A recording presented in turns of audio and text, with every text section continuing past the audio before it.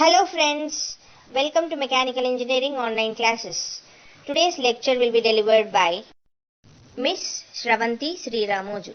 Optical strain gauges. These are the strain gauges which are used to measure elongation as well as deflection of a component with the help of the concepts of optics. Here we are seeing the first one of its kind, which is called Marten's mirror extensometer.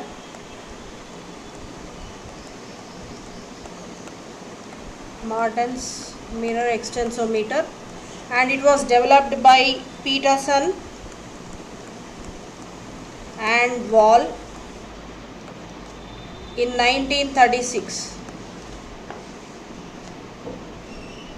It employs only one mirror, that is, it is a single mirror system. You can see that mirror over here. This yellow color component which is shown in the figure is the mirror, which is able to tilt about its center. So it is a single mirror system. So in various other types of optical strain gauges, we can there are more than one mirrors, but in the Marten's mirror extensometer he has used only single mirror. So it is a single mirror extensometer. Let us first understand what are the different components which are used in this type of extensometer. We have an illuminated measuring scale. Scale is here. Observing telescope. So from here you are observing, this is you, this is your eye, and this scale is at 90 degrees to the datum line. There is a single mirror here. Only one mirror is used, that's why I am calling it a single mirror. There is only single mirror, and the green color bar is the specimen which is about to be extended because of a load, and that extension we are supposed to find out. And there is a fixed arm shown in blue. This is the fixed arm, and there is a clamping spring which is used to hold the specimen and fixed arm in position.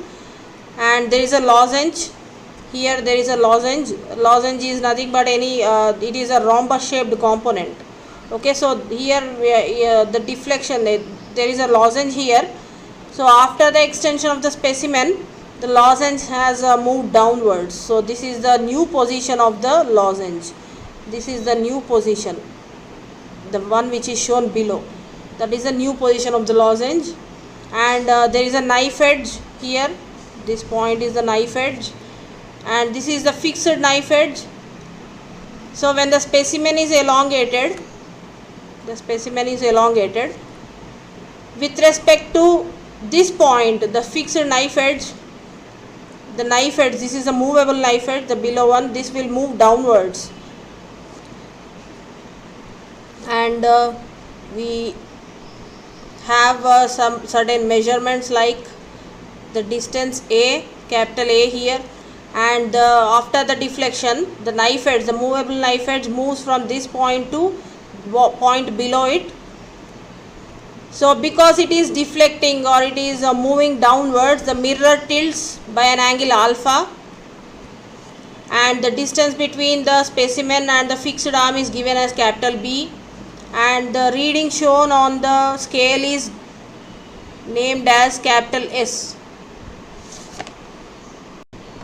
The pivoted knife edge, that is the movable knife edge here, carries a mirror, and the other end of this arm or the fixed arm is fastened to the specimen. Hence it is the fixed knife edge. That means the fixed arm will not move relative to the specimen at this point. So this point it will move along with the specimen. So it is fixed knife edge. That means it is fastened to the specimen. And as the specimen elongates because of the load, the measuring knife edge will rotate about its point, thereby tilting the mirror. So because the lozenge moves downwards, the mirror will rotate. So the reflection of the illuminated scale in this mirror is viewed through the telescope. So because there is an incident ray passing from the telescope, and that incident ray, the reflection of that incident ray will be tilted by some angle. So that gives the reading on the illuminated measuring scale. So let us understand the working principle of this extensometer. So we have a mirror which is untilted or in position before the deflection of the specimen is happening. So there is a light source here.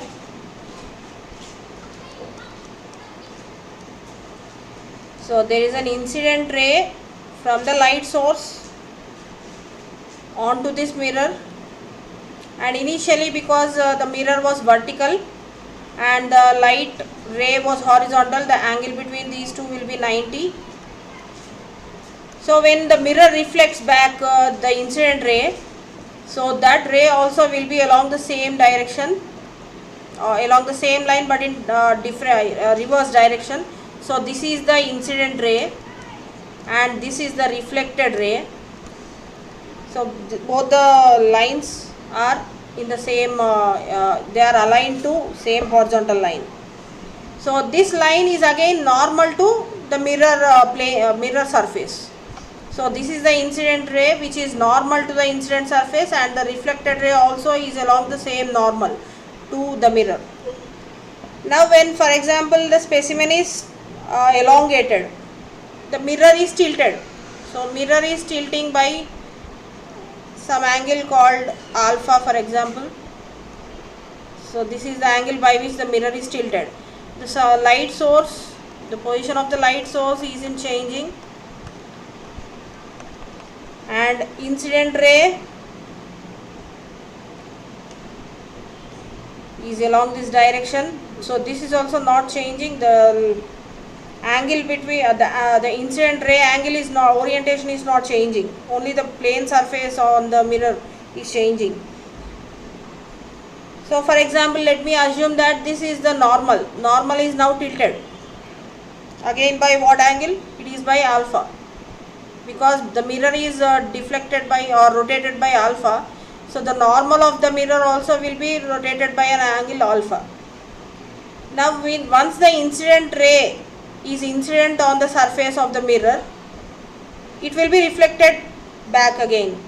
So that is reflected, this is the reflected ray, and the angle between incident ray and the reflected ray in this case will be alpha plus alpha, that is 2 alpha. So this is 2 alpha. So the reflected ray, the angle between the reflected ray and the normal will be again alpha only. So what is happening here? The magnification is multiplied by 2, that is, it is magnified twice, because the tilting of mirror is taking place only by alpha degrees, but we are seeing the measurement of the reflected ray with respect to horizontal as 2 alpha. So it is magnified twice. Now let us come to the mathematical terms. So the magnification, let me denote magnification as small m. Small m is the magnification of the strain gauge. So looking back to the previous figure or the experimental setup of the strain gauge, you can see the specimen is elongated by delta L. That means the knife edge, the movable knife edge has moved downwards by a distance equal to delta L. So the same distance will be moved downwards by the lozenge, because lozenge is the one tip of the lozenge is connected to the knife edge. That itself is the knife edge which is connected to the specimen. So the specimen, along with the specimen, the lozenge also moves downwards by delta L. So when the specimen elongation is delta L, what is that showing on the measuring scale? It is capital S. So it is magnified, right? So what is the magnification? If I can write magnification M here, it is capital S divided by delta L. So this this fraction will tell us how many times it is magnified. For example, if on the scale it is showing 10, whereas the delta is L is only 0.1, then it is 100 times magnified. It means that it is 100 times magnified. So this is the original value and this is the value which is shown on the scale.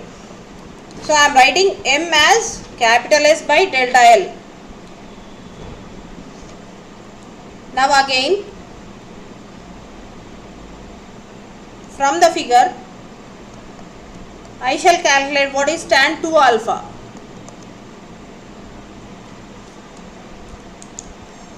Tan 2 alpha. If you look at this particular triangle, right angled triangle,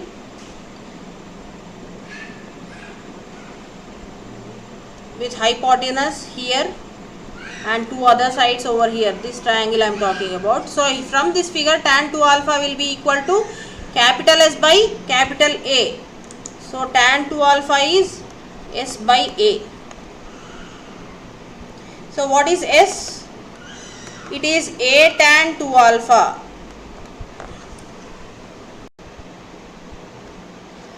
Again from the figure here, we shall see what delta L is. From this triangle, from this right angle triangle, I am writing what sin alpha is. Sin alpha is delta L by B. So therefore delta L will be B sin alpha.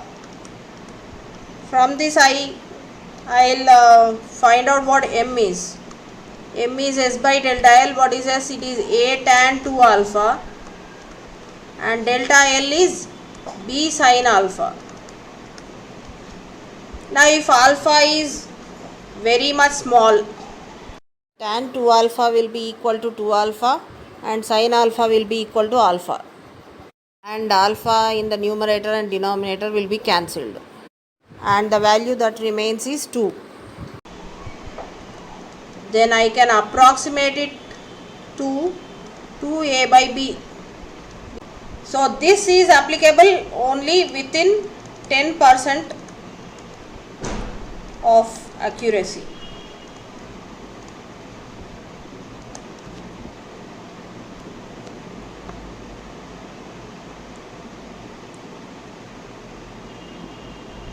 So the gauge length is usually about, these are the very important points, the gauge length is usually about 20 centimeters and B is generally 5 mm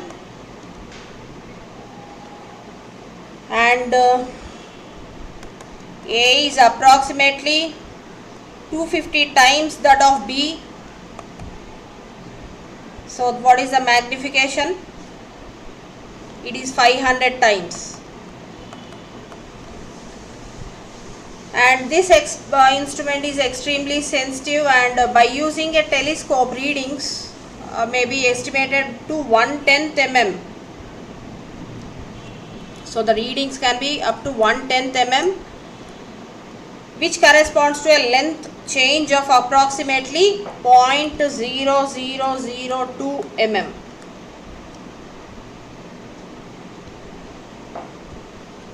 Thanks for watching. If this video was of help to you, please like it and share it with your friends. And don't forget to subscribe to our channel.